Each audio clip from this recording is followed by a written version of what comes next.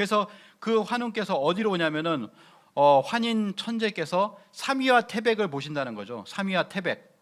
그래서 삼위와 태백을 보니 삼국유사에 보면 하시 삼위 태백, 그러니까 가히 홍익이 인간이라고 했습니다.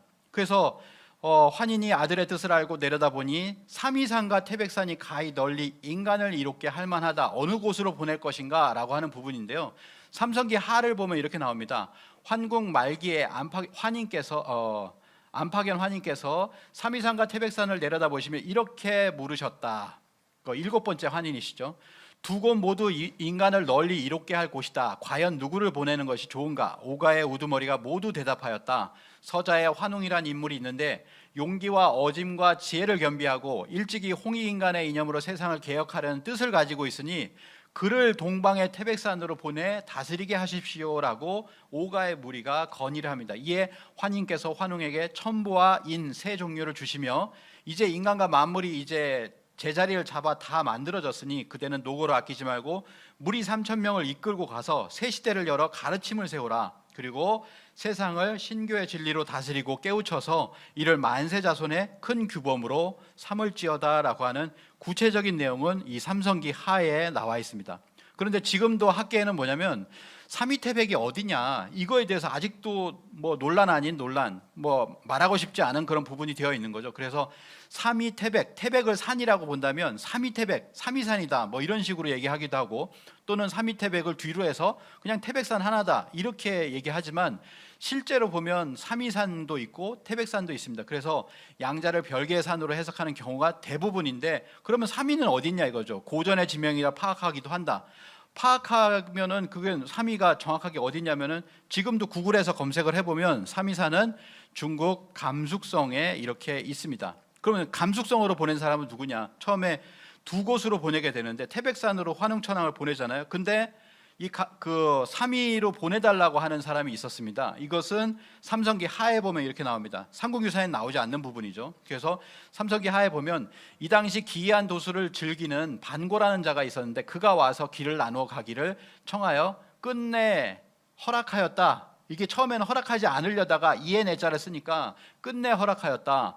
재물과 보석을 가득 싣고 십관과 십이지 신장을 거느리고 공공유소, 유묘, 유수 등과 더불어서 모두 함께 삼위산으로 갔다는 거죠. 삼위산의 남림동굴로 갔다.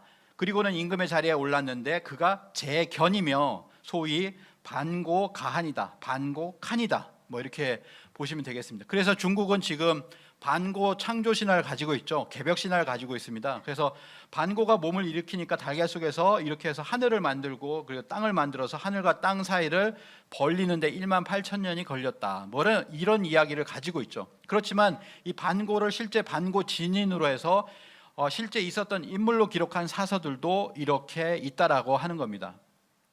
그래서 이 삼성기 하를 보면 공공유소, 유묘, 유수와 함께 갔다라고 했잖아요. 공공은 공공시로, 유소는 유소시, 유묘는 삼묘족이고 유수는 수인, 수인시로서 실제로 존재했다라고 하는 것을 말씀드리고, 그 다음에 재견이라고 했잖아요. 근데 재견이라고 하는 거면 견자가 견이에 해당됩니다. 우리가 이제 구이족이라고 하는데 그 중에 견이가 어디 있습니까? 여기 있잖아요. 아까 보셨던 감숙성과 가까운 곳이죠. 그래서 이 삼위산 쪽에 견이가 있었다라고 합니다. 견이, 우이, 방이, 황이, 백이적이, 현이, 풍이, 양이라고 하는 구이가 있는데 그 중에 이 견이에 해당되는 쪽이다라고 하는 것을 알 수가 있습니다. 그러면은 삼국유사만 보더라도 삼국유사가 가르치는 이 범위는 어디냐?